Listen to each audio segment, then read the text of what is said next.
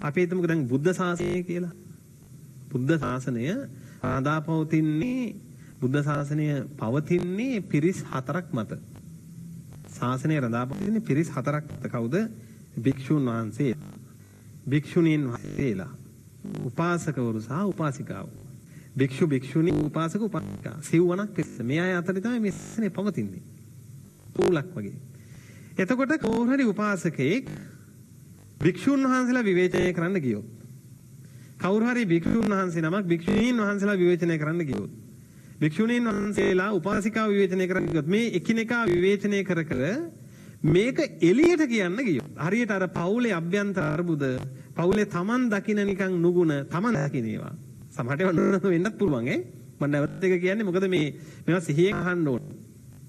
Taman දකින්න නුගුණ එළියට කින්න ගියොත් ඒ පවුල තමයි කොන් වෙන්නේ.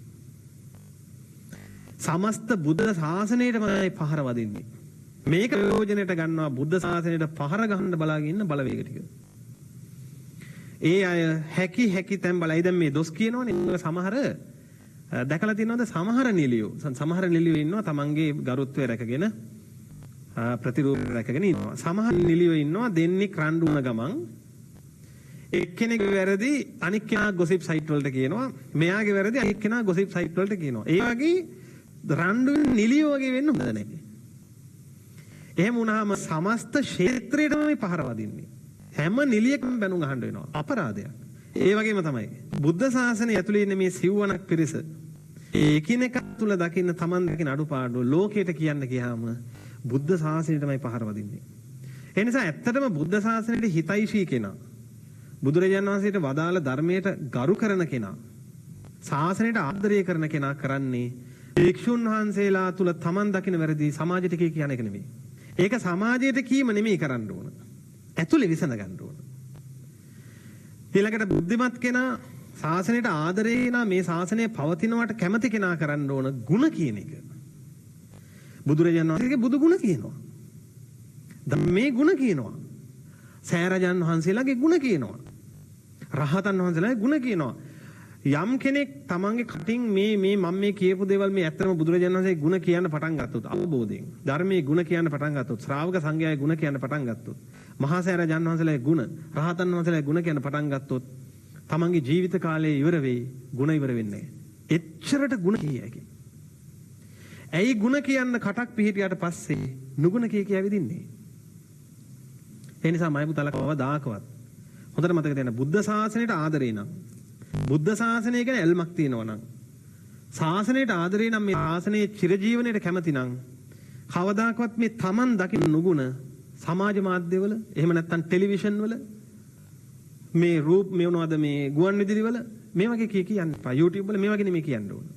අභ්‍යන්තරී විසඳ ගන්න ඕන දෙයක්. Taman තුල විසඳ ගන්න ඕන දෙයක්.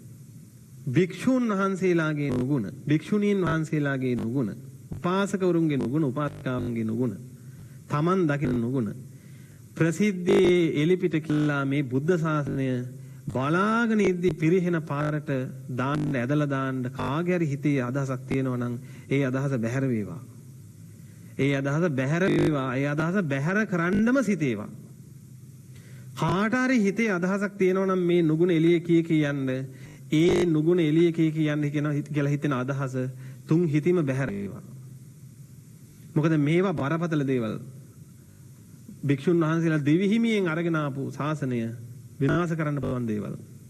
ඒ වගේ දැන් අපි හිතමු ඔන්න යම් කෙනෙකුට සූත්‍ර පිටකය ඉගෙන ගන්න ආස හිතෙනවා. ඒකට ඉගෙන ගන්න දැන් අවස්ථාව තියෙනවා. අපි දැන් ත්‍රිපිටකයේ තියෙනවානේ සූත්‍ර පිටකය, අභිධර්ම පිටකය, විනය පිටකය. ඔය විදිහට තියෙනවානේ. එතකොට අපි හිතමු කාට හරි අභිධර්මයේ ඉගෙන ගන්න ආසාවක් එනවා. දැන් උදාහරණයක් දැන් අපිට උනත් සමහරවිට හිතලා තියෙනවා අභිධර්මයේ ඉගෙන ගන්න චුට්ටක් තිබ්බනම් හොඳයි කියලා හිතලා තියෙනවා. එනකොට මේ හිතට තේරුම් ගන්න පුළුවන් විදිහේ සරල සිංහල පරිවර්තන ටිකක් හොයාගන්න අමාරුයි. ඇති මම දන්නේ නැහැ. නමුත් හොයාගන්න ටිකක් අමාරුයි. අර නිතර දකින්න නැහැ. දැන් සූත්‍ර පිටකේ නම් සරල සිංහල පරිවර්තන යම් ප්‍රමාණයක් තියෙනවනේ. එතකොට මේ අභිධර්මයේ කාට හරි ඉගෙන ගන්න ඕනේ නම්, අභිධර්මයේ බුද්ධ භාෂිතයක් නේ.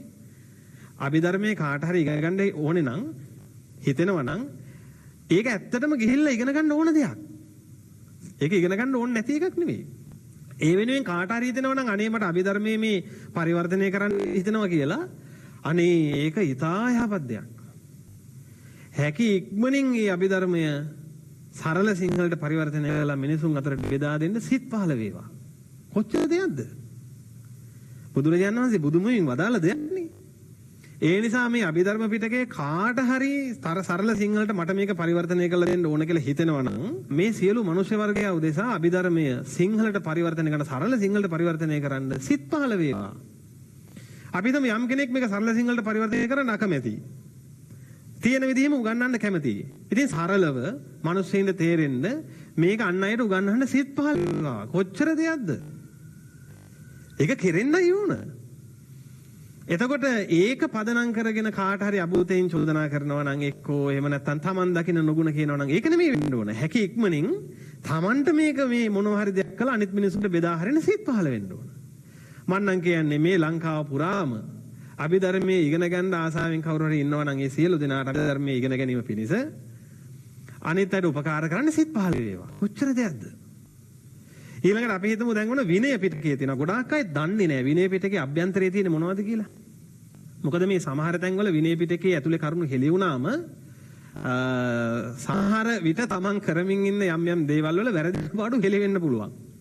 ඒ නිසා විනය හංගගෙන ඉන්න තරම හොඳයි කියලා හිතන පිරිසුත් ඉන්න පුළුවන්. සමහරට ඉන්න පුළුවන්.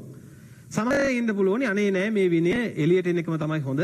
බුදුරජාණන් වහන්සේගේ ධර්මයේ විවෘත වුණාමයි බබලන්නේ. බුදුරජාණන් වහන්සේගේ ධර්මයේ මේ සෑඟ වුණාම නෙමෙයි බබලන්නේ. විවෘත වුණාමයි බබලන්නේ. ඉතින් ඒ අදහසෙන් කාට හරි හිතෙනවා නම් විනය පිටකය මම සරල සිංහලට පරිවර්තනය කරනවා. එහෙම නැත්නම් අඩු ගානේ විනය පිටකය ඔය තියෙන ආකාරයෙන්ම සරලව මම කියලා දෙනවා.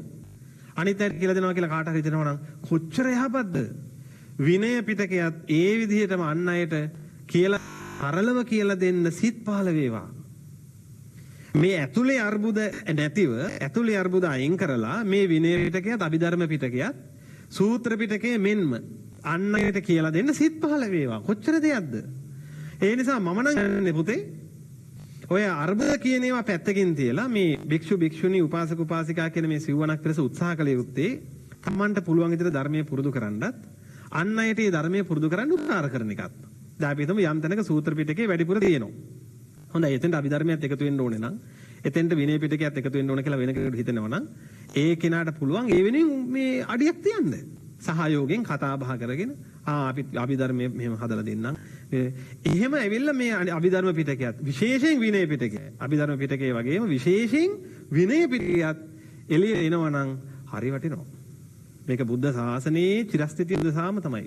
එහෙම නැතුව පවුලේ ඇතුලේ නුගුණ Taman දකින නුගුණ ගම හැමතැනම කී ඇවිදිනවා නම් මේක YouTube එකේ තැන් තැන් වල දාලා මේක මේ මුළු ලංකාවේම මිනිස්සුන්ගේ ඔළුව වලට කාන්දු කරන්න උත්සාහ ගන්නවා නම් එක ගුවන් විදුලියේ මේක කියවනවා නම් ඒ වගේ දේවල් වලින් බුද්ධ ශාසනයටම පහරක් එල්ල කරනවට වඩා වටින දේ තමයි අභිධර්ම පිටකය. තමන් කැමති පුළුවන් විදිහට තමන්ට පුළුවන් විදිහට විකෘති නොකර බුදුරජාණන් වහන්සේ වදාලා ඉරින්ම ඒක අන් අයට කියලා දෙන්න මහන්සි ගන්න එක. ඒ උදෙසා සිත් පහළ වේවා නේද? විනය පිටකය ඒ විදිහට ඉගෙනන්න සිත් පහළ වේවා. එහෙම වුණොත් අපිට පුළුවනි සුන්දර ශ්‍රාවකයෝ විදිහට නේ. සමගිව. දැන් සමගි සම්පන්න නැති තැන කවදාකවත් හොඳයි කියන්න බෑනේ. මේ සමගිය බිඳුනොත් ඒකේ වාසිය හිමි වෙන්නේ එළියේ මේකේ සමගිය නැති කරන්න කුමන්ත්‍රණය කරන අයට. බුද්ධ ශාසනය ඇතුලේ සමගිය නැති කරලා මේක ඇතුලේ ඉන්න භික්ෂු භික්ෂුණී උපාසක උපාසිකා කෑයගේ සමගිය නැති කරලා මේක සුණු විසුණු කරන්න දත කෑවේ අද ඉන්නන් නෙවෙයිනේ. ඒතර මේක ඇතුලේ මේ අර්බුද හදන්න කවුරු හරි කෙනෙක් කුමන්ත්‍රණය කරනවා නම් ඒ අයයි පරදින්නේ. අභිධර්ම පිටකයත් විනය පිටක සූත්‍ර පිටකයත් ලස්සනට මේ ශ්‍රාවකයන් ඉගෙන ගන්නකොට මේක ඇතුලේ අර්බුද නැති වෙනකොට ගැටුම් නැති වෙනකොට පවුල ඇතුලේ අර්බුද එළියට නොකිය යන්නකොට ඒක පවුල විසඳ ගන්නකොට පරදින්නේ එළියේ ඉඳන් මේ පවුල විනාශ වෙනවා දකින්න බලාගෙන ඉන්න අය. ඒගොල්ලෝ පරදිනවා. එළියේ ඉඳන් මේ චූටි කුමන්ත්‍රණ අටවමින් ඉන්න අය පරදිනවා. ඉතින් මම මේ කිව්වේ මේ ටිකේ අර පියවරුන්ගේ දිනයත් එක්කම මගෙන් ඇහුවා ප්‍රශ්නයක් ඔය පවුල ගැන මේක කිව්වේ